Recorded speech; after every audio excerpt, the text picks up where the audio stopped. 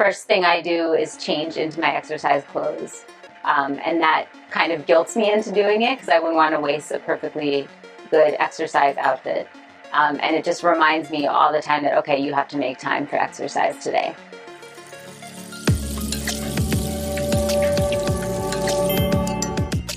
So you mentioned how often, how long you should do them Sure. for. Yeah.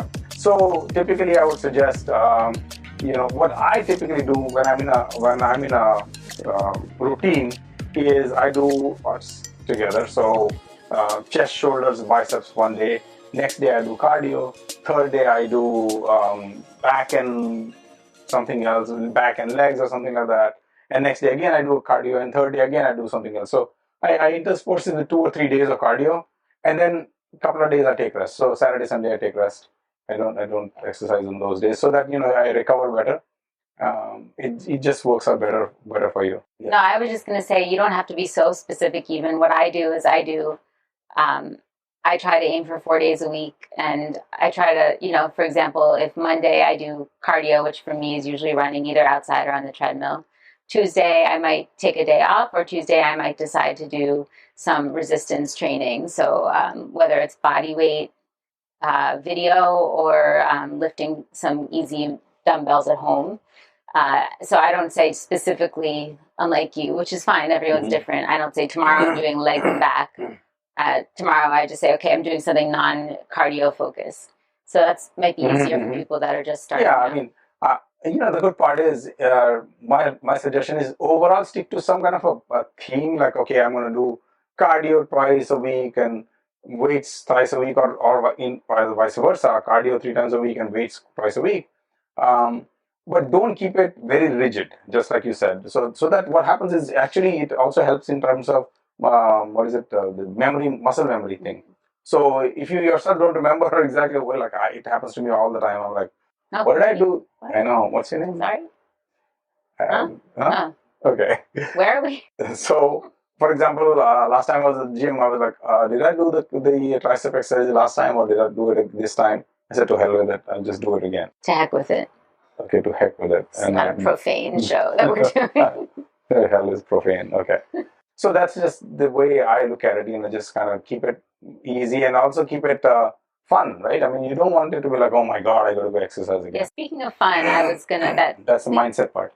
Yeah. Yes, and also I was going to say, when we say cardio exercise, you don't necessarily have to have a regimented cardio regimen, a strict regimen. So, cardio for your day could be playing basketball with your friends, or playing throw ball with your friends, or badminton, or even honestly a very intense game of table tennis would probably raise your heart rate. You really just want to... The best one is a really intense game of chess. Right. If you're also on the treadmill while you're doing chess, that's good for your mind. But the thing is, you don't have to say, oh, I have to go slog 30 minutes on the treadmill. You could meet a friend and, play a game of whatever. Yeah, of squash, Yeah. perhaps. Not the vegetable. Yeah. But that's also good for you. But that's a topic for another. Oh my God. But we digress. Okay. So do you want me to we want to keep it short, right? And I think we've already gone. I know. Okay. So we're trying to do it in one go. So we're talking about fun and mindset. Yeah. So the other part of my mindset. Elaborate on that. Yeah. One tiny little thing I want to say is during exercise also, when you are running, you should have that intention that I am running. It should not be like, oh yeah, well, I need to finish this so I can go home and I have this work. I have to do this. I have to do that. Forget about all that stuff.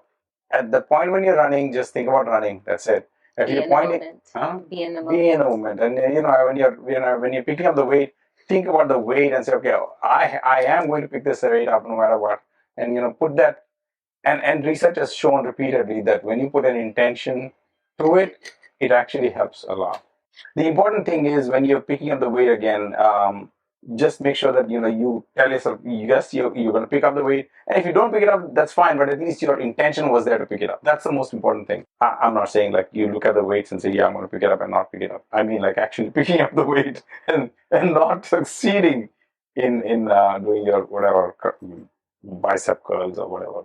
One way that I get myself in the right frame of mind, which I've probably shared here millions of times, is if I know I had planned to exercise that day, Yeah. first thing I do is change into my exercise clothes.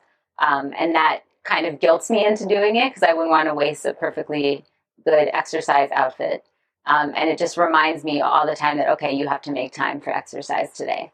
And to your point about get your friend involved in doing some Mhm. badminton or table tennis or whatever. Hold you accountable. Yeah, what happens is the friend is going to call you and say, "Hey, are you ready? Let's go." Or if the friend doesn't call you, you might be inclined to call them, and you might persuade them to get off their couch and do this. So yeah, it definitely the mindset and intent really helps a lot. Or picking a goal also. Yeah, So, for example, I'm training for a 10K in a couple months, not that long actually. So if you set a goal, something like that, it doesn't necessarily have to be distance for running. It could be, I want to be able to do 5 sets of 20 pounds by February. I mean, you can literally set some arbitrary goal. Or I want to be able to exercise 5 days a week by the time I turn 37. I don't know. But if you set a goal, then it's sometimes easier to get there quicker because there's some kind of light at the end of the tunnel, I suppose. Yeah. So I just want to conclude this whole quick topic by giving 5 key elements for making your exercise count. Okay. Hey, are you ready for the 5 elements? I can hardly contain I'm ready at the gates to launch out into my right. intelligence that I will gain from these 5 points. Thanks. Sorry, I really can't do puns. I'm sorry. So the first one is water. What I do is I drink about. I was gonna drink some, and then I realized that I'm drinking the water. It's on this side of the table now. I mean, the couch now. I drink about a liter just before I exercise, not seconds before I exercise. Let me tell you, about half an hour before I exercise, and wait for half an hour before I. By the time I've reached the gym or started exercising, it's really is about 40 minutes. Okay. So you prehydrate. Yeah, I prehydrate. It makes a huge difference to your run, to your weightlifting, to your yoga, whatever. Energy level is amazing. Another thing which I didn't have, I said 5 points, but I'm going to say tell you 6 points. The other one is do all these things fasted, meaning don't eat at all. So preferably. This is advanced. I think this is.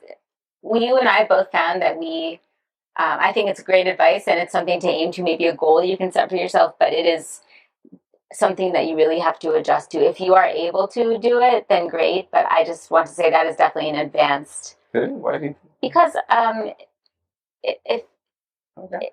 think it's difficult. It took me almost 40 years to get to the point where I can exercise fasted and feel better. Your body really has to adjust to it. I guess so. But the fun part is I'm not going to edit this out. I'm going to actually keep this because it's an interesting interjection that you had. Because I was thinking, everybody should be able to do it, but you may be right that people may not be able to do it fasted, meaning with nothing in your stomach. I mean, other than water. Typically, both of us exercise best when we've eaten something the night before, not the day of the exercise. But it took us a long time. So in other words, I exercise, let's say about 11 o'clock or so. At that time, I've not eaten anything till 11, and my runs are better, my weightlifting is better. But let me remind you, 10 years ago, we used to drink these fancy pre-workout shakes and 17 granola bars with 37 grams of protein. It's a whole mindset, as so to speak, which you just said.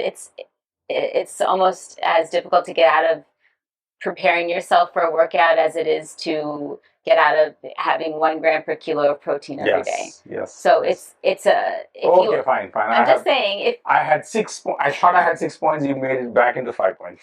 Fine, forget it. That's a great goal to get to, though. If you can exercise fasted, that's the best way. 6 points. I'm sorry. Okay, fine. At least 5.5.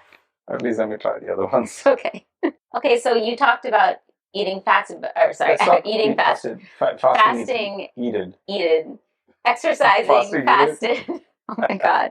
But if someone chooses not to exercise fasted, what should So they they eat or should not eat eat? very small amount, or at least give a big gap. So if they've eaten, let's say, breakfast, I would suggest giving at least 2 hours gap before they exercise. Yes, for Um, proper digestion. so digest everything. Don't let anything be in your tummy, and then go out and exercise. You'll find a huge difference. I mean, I have noticed that even if I have a glass of water before I go running, my stomach starts hurting, and I'm sure people may have noticed similar things. Mhm. So eating right is very important. Eat light stuff before exercising. Obviously, eat plant-based because your inflammation level is going to be low. You'll have more endurance, have more complex carbs that will take you longer further. So eating right is also very, very important. So I said water, eating right, then timing your workout. I kind of mentioned that. I kind of gave some hints about timing your workout, meaning you can't exercise every day. Unless it's stretching or some other milder form of low intensity workout, then great. By all means, do it every single day. It'll give you enormous benefits. But if you're planning to exercise to build strength, build muscle, build endurance, then don't do it on a daily basis. Give your body the rest that it deserves. I have noticed an absolute clear cut difference between exercising every day and even I'm talking about even body parts. I cannot manage. I don't know how people manage to do chest exercises one day, next day doing leg exercise, third day arm exercises, fourth day nail exercises or something. I think it's crazy. But It's not giving a crazy. gap, It's my personal opinion, I think giving a gap allows the body to kind of like rest and regroup and build the muscle back and so on and so forth. So that's a very important component. And did I say water, eating, timing, and the next one is very important, just as important as the timing, is sleep. So if you don't get enough sleep, and sleep is the time when you really your body regenerates itself. It really tries to repair itself and so on. So same thing with your muscles, etc. So you want to give yourself at least 8 hours of sleep. If you're used to 6 hours of sleep, fine. But I think you should try to push it. If you're used to 6 hours of sleep, give yourself a little longer on the days that the nights that or the day that you finish exercise that night. Give yourself at least another hour additional is what I would suggest. So last but not least is protein. I know we always say, oh, protein is not important, but what we really mean is protein is not as important as it has been made out to be. And I know some of the gym instructors and nutritionists know this very well.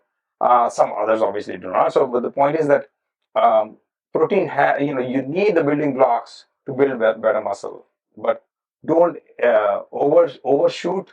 The current guidelines are, we feel in our mind, in our works, we've noticed that the current guidelines are not medical guidelines, but guidelines that are generally being used in Vogue are more like I think the magazine.